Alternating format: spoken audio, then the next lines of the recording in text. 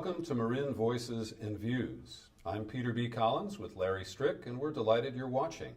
We've got some interesting guests with important things to say joining us today. In a few minutes, Bruce Gurganus, who is the mental health director here in Marin County, will talk about the impact of state budget cuts on more than 2,000 individuals. We're also going to meet one of our local elected officials, Royce McLemore, from the Marin City Community Services District. But first, Larry will introduce our first guest. Who's Hector DeLaTorre. Hector is an assemblyman from the 50th Assembly District, which is in southeastern Los Angeles, covering some towns of Southgate and Bellflower, Bell, Cudahy. I've got 8 cities and 2 unincorporated areas. and he formerly was the mayor of his hometown of Southgate. He was first elected in 2004 Yes. to the Assembly. He's been serving there ever since. And right now, in addition to serving as an assemblyman, is in a race for the Democratic nomination to be to run for insurance commissioner in 2010. Hector, before we talk about the insurance commissioner race, we wanted to talk a little bit about Sacramento.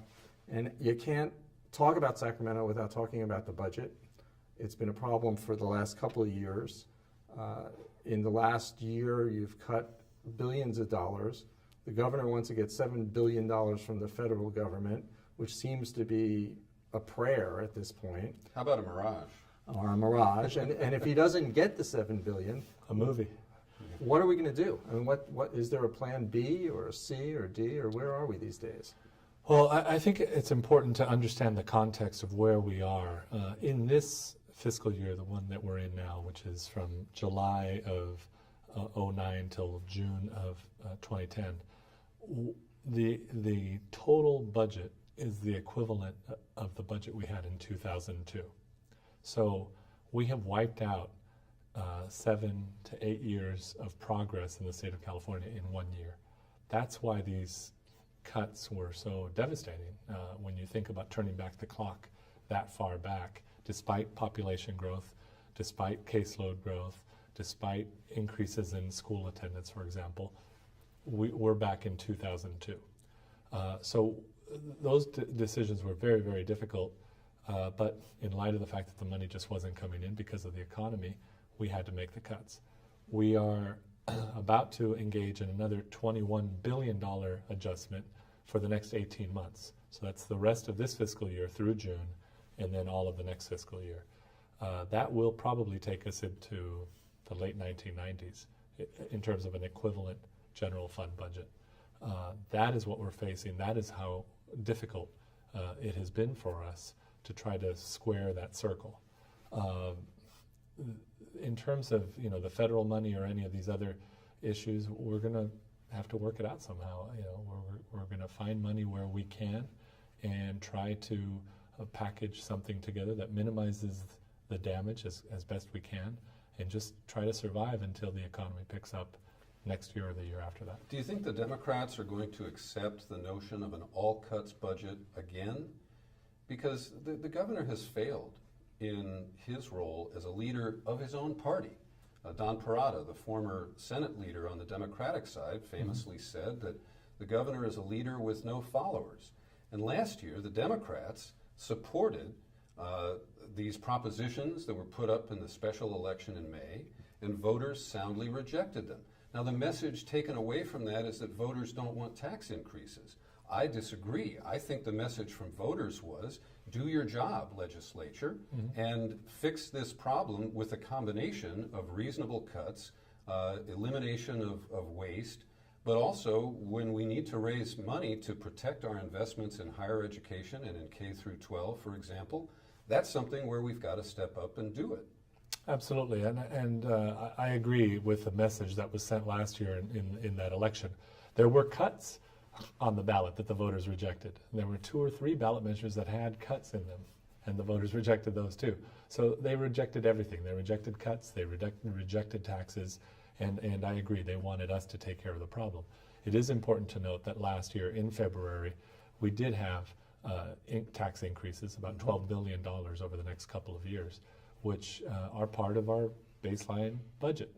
But again, the nature of the economic downturn is such that the numbers are greater, much greater than our ability to plug it with those new taxes.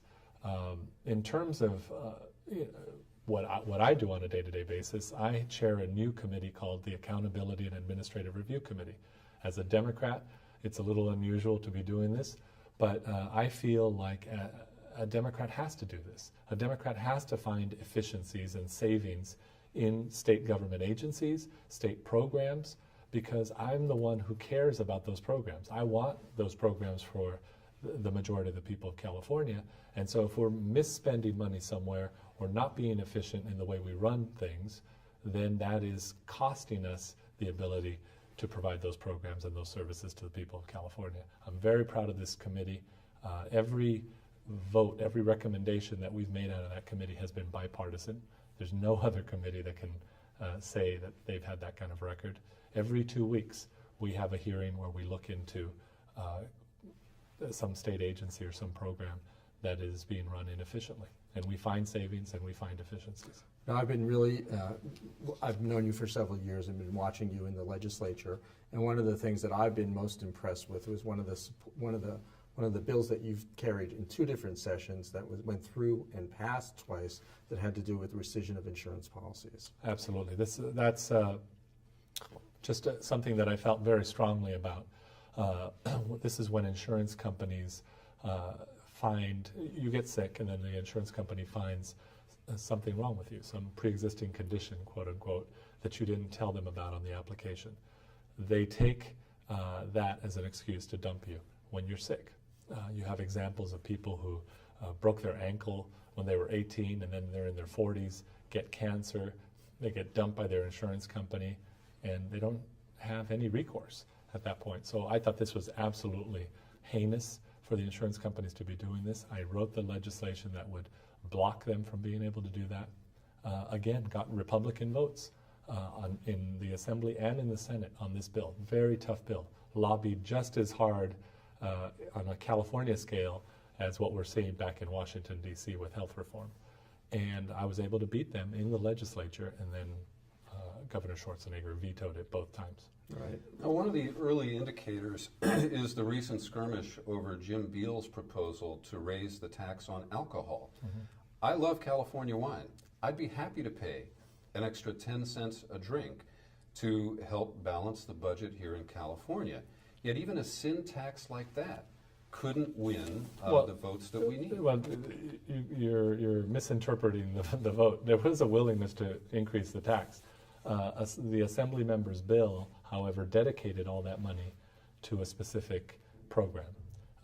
And so that's why it was rejected. It was, if we're going to use a tax increase, we need it for all of our programs to help the budget in general, not to siphon it off for one specific program. That's why it was defeated in committee. Let's talk about your race. You're running for insurance commissioner, which is a statewide office, a constitutional office, the newest constitutional office. What is the insurance commissioner? How does it affect people in Marin? And when did you get interested in the race? I'll start with your last question first. I got interested when I was fighting on rescission, when I was carrying that legislation, and I had over 20 lobbyists from all the health insurance companies fighting against me. And it was me and the California Medical Association, the California Nurses Association fighting back. That was it. We were heavily outnumbered, and like I said earlier, we defeated them in the legislature, got bipartisan votes to get the bill out. As I was looking to what my next step would be, I have a state Senate seat down in Southern California I could run for. I'd walk into that seat. But I decided that what I really care about, what I'm really passionate about, is health care, health reform, health insurance, all of these things tied together. And the place that I felt I could do that on a day-to-day basis, not every once in a while, was as insurance commissioner. That is why I jumped into the race, because in my time in the legislature, I focused on hospitals, on getting doctors into underserved areas, on rescission, on other health insurance reforms that I think are vital if we're going to have a healthier, more productive society. Excuse me, Perry, if you've had so much contact, you must be somewhat of a marked man with the insurance industry. Certainly on the health insurance side, yes. how can you get that position and be at odds with these guys who have more money than God?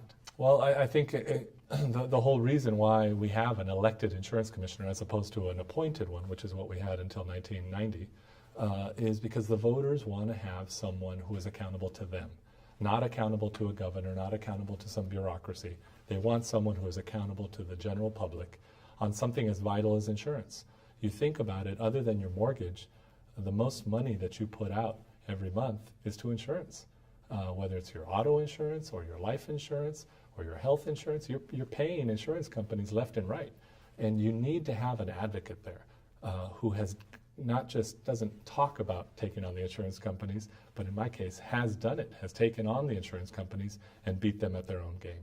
And so will you pledge not to take any campaign contributions from those related to the insurance industry? I have already. I haven't taken any contributions from insurance companies as a candidate for insurance commissioner, and I won't in my time. The other pledge that I've made is to serve a full 8 years as insurance commissioner. We haven't had one insurance commissioner serve 8 years. True. And I think part of the problem is on a staff level, they know that they can wait you out. And, you know, if you're not providing leadership because you're running for something else, they just kind of go about their business. On the insurance side, they know they can wait you out because you're going to be running for something else.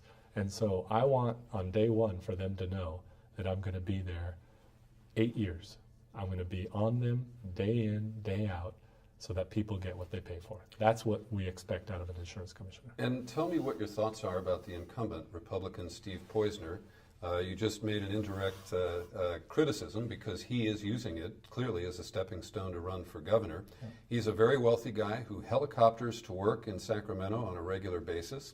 I don't have a helicopter. You don't? What good things has Poizner done? He claims credit for rolling back some people's auto insurance rates. He I think in his first 2 years, did a couple of things, mostly in the auto insurance area. He's also done a good job in terms of emergency response. In California, we have natural disasters left and right, whether it's fires, earthquakes, whatnot. And he has done a good job of getting his people on the ground to help the folks who are impacted by those disasters. I think those are his two accomplishments as insurance commissioner. Unfortunately, for the last year and a half or so, he's been campaigning, and so that obviously takes you away from the day-to-day work of the position. And I think making that commitment up front tells everybody that I'm going to be there, come hell or high water. I'm going to be there advocating for the consumer.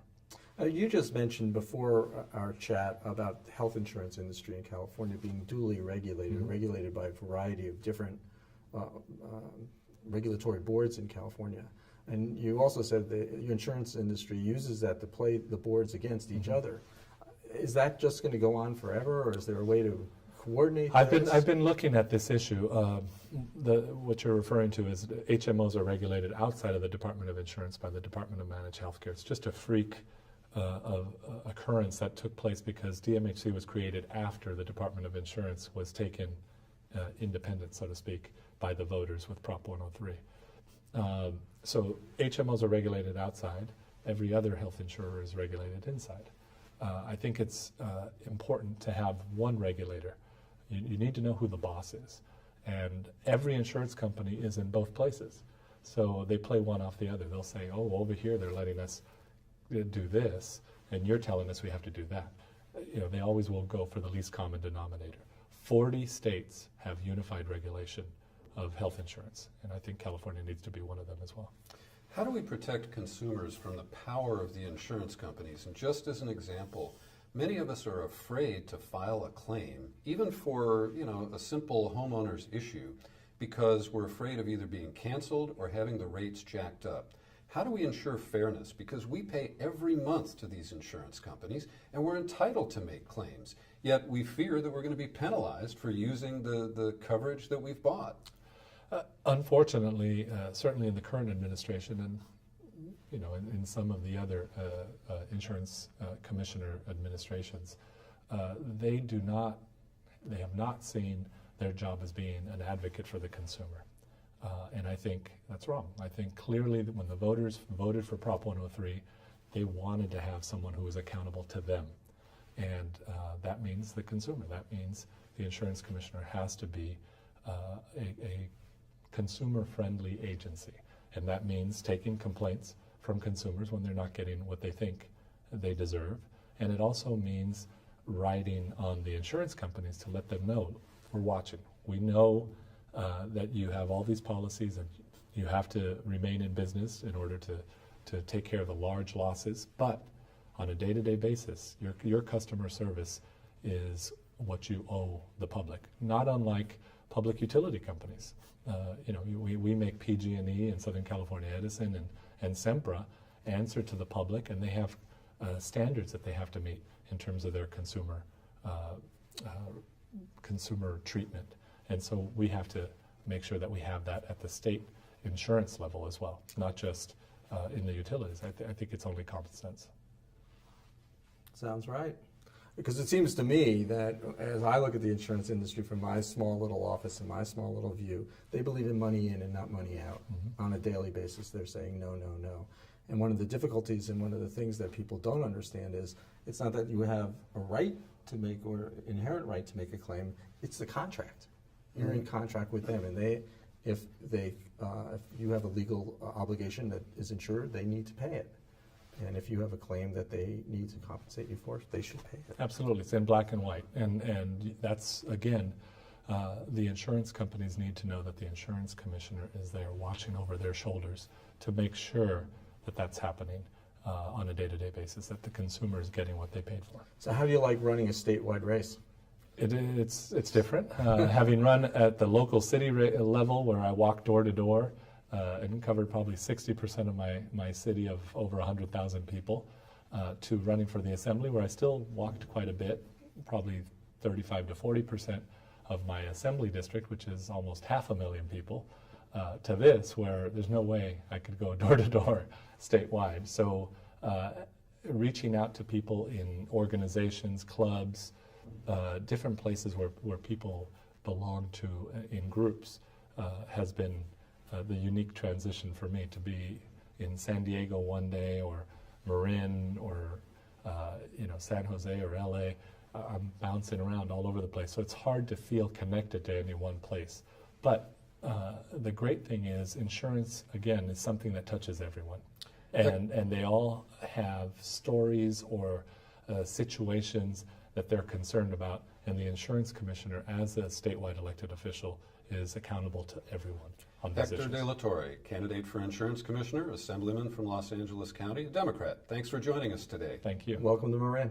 Thanks a lot. We just talked with Assemblyman DeLaTorre about the budget mess in Sacramento, and now we're going to learn about the impact here locally in Marin County. We're joined by Bruce Gurganus. He is the director of the Marin County Division of Mental Health, and I just learned that his brother is the famous novelist Alan. Bruce, welcome to our show. Thank you. Tell us a little bit about the impact. You're losing at least $650,000 in state funding in this budget year, and we want to learn what that means in terms of the services you deliver. Yes, the $650,000 of cuts to the Medi-Cal managed care plan. Medi-Cal is an insurance company for poor people and disabled people in California. It's a public insurance plan. And counties have been providing mental health services for people with Medi-Cal since the mid-90s. Counties have been managing that benefit. And this year, the governor cut our budgets in half. So when Marin County had $1.3 million and it went down to $650,000, that means our real cut is $1.3 million because we use the matching plan with Medicaid. $1 worth of state tax brings down $1 worth of federal tax. So a cut of $1 is really a cut of $2. So that's been a challenge here in Marin. We've had to try to find some creative ways to make up those cuts. Bruce, what does that mean in terms of people you're serving, employees that you could use to help people who are in need, and where do these people go if they can't get services from you? Well, what we've tried to do is not eliminate services, but scale back the services and try to do services in a different way. Let me give you a couple of examples. One is Instead of someone going to see a counselor for years and years, once a week, over a long period of time, we've tried to focus on some time-limited therapies that seem to have good research behind them. For example, group therapies for adults have been proven to be just about as effective, in some cases more effective, than individual therapy. So obviously one therapist seeing 8 or 10 people at a time is going to be more cost-effective than one therapist talking to one person in an office by themselves. Now most people, if you ask them, they'd say, I'd like to have my own therapist, thank you very much. But a lot of our clients are lonely and isolated. Depression and anxiety are common problems. So if we can get a group of people in a therapy session, they get to know each other, they often have common problems, they find out that they're not in the situation alone, but there are others in the same situation. And even though it's not our choice, if we've got to make these cuts, we'd rather do it in a creative way like that, offering group therapy rather than individual Because therapy. I noticed when I was looking at some of the statistics from your office that you're actually serving about 21 or 2,200 people. Yeah, out of the 19,000 people in Marin County who have Medi-Cal as their insurance, we serve a little over 2,000 of those people a year with some mental health services. But you're also limiting people to 16 group sessions per year. Does that really address the needs of individuals? Well, Peter, we're trying this year. We're also focusing for children who have emotional disturbances. We're focusing on family therapy. There's a model of therapy where a child sees a therapist, they play, they have interactions, and that can go on sometimes for years. And we're focusing on some therapies called parent-child interactive therapy as a good example, where the parent and the children work together with the therapist. The parent learns to respond to the child's problems and their emotional distress when they have distress. And it has very good research behind it. It takes 24 sessions, or in the case you mentioned, 16 sessions of group therapy. And then if you need it again next year, you can come back and do it again. We're trying that as opposed to cutting out outpatient therapy altogether, which some counties have done, or limiting people to just 6 sessions a year and then you're done. So different counties are trying different responses to this fairly large budget cut that we faced from the governor this year. You know, budget cuts are really tough on the staff. It must be heartening for you to have a staff dedicated to work so hard and take a hit like that. Do you see the effect on them? It is, and this also affects not just, we have 10 fewer employees in my division than we had last year at this time. We've tried to make reductions by attrition rather than layoffs, but we're getting to the point now where all the people who've retired, who wanted to retire, have retired. So we may have more cuts in the future, but this also affects our private agencies, our counseling agencies that we contract with who provide a lot of services. So it impacts them too, just at the time when the economy is tough and they're not getting so many donations. The nonprofit agencies are having a hard time as well. And a quick final question, is there any possibility of funding from corporate or wealthy individuals to help offset these cuts? Donations are appreciated. We do go for foundation grants. We did get a grant from the Federal Department of Justice this year to help our mentally ill offender program. We're looking at the federal stimulus money wherever possible. Bruce Gurganus, great to meet you. Thanks for joining us today. Thank you. Thank you for your hard work for the people here in Marin. It's a tough one. Thanks. On each show, we're going to bring you an elected official of Marin just to introduce you to who people are in elected positions throughout the county. Today, as our guest, we have Royce McLemore. Royce is on the Marin City Community Services District and has served there over the course of the last 20 years for about 12 years. Correct. Royce, what is that district? What do you do? And what are the important issues out there? The Marin City Community Services District is the local government for Marin City. So we are elected public officials. The Marin City Community Services District has 3 points. In the past, there were 5. The 3 points are street lights, garbage, and recreation. Prior, it was police and fire. But the 3 points that we're focusing on now are, like I said, the street lights, garbage, and recreation.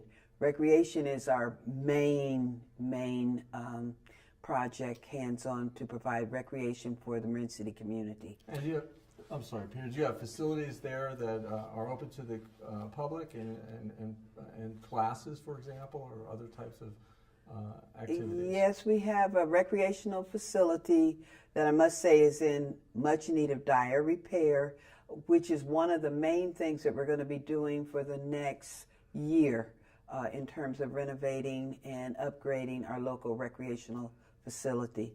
And then we do have classrooms, we have some programming. In the past, we didn't have a lot of money, funding, and it made us have recreation bare minimum, but we're looking forward this upcoming year to actually have more recreational programs due to an increase of revenue for the Community Services District. Great. And where does that revenue come from? Is some of it from the shopping center taxes? Well, it should be some from the shopping center. It was supposed to have been some from the shopping center. We haven't got shopping center money in quite a few years. We are getting this increase from, there was a recent sale of the Ridgeway Apartments, and so from that, the Marin City Community Services District is receiving additional revenue to provide services. And roughly what do you spend each year? How much money do you have? About $600,000, yes, a year. So some of it comes from the county then, and some is self-generating. Yes. Is that well, mainly from the county, and then there's also in terms of the franchise from the garbage, and then Marin Community Foundation has helped in the past. And how many folks live out there? In Marin City, there are about 5,000 people. And how many people live in public housing there, Royce? In public housing, maybe about 800 to 900 people in public housing. So that's less than probably most people imagine. Yes, and a lot of people don't realize that Marin City is the entire bowl, the whole entire valley. There's a very big misconception that people are living in Sausalito, when in fact it is Marin City. Well, Royce, it's great to meet you and know a little bit about what you do. It's my duty now to pick our elected official who will be invited on the next show. And it is Barbara Morrison of the Belvedere Town Council. Barbara, you'll be getting a call from us. Thanks for watching today. Join us again next time.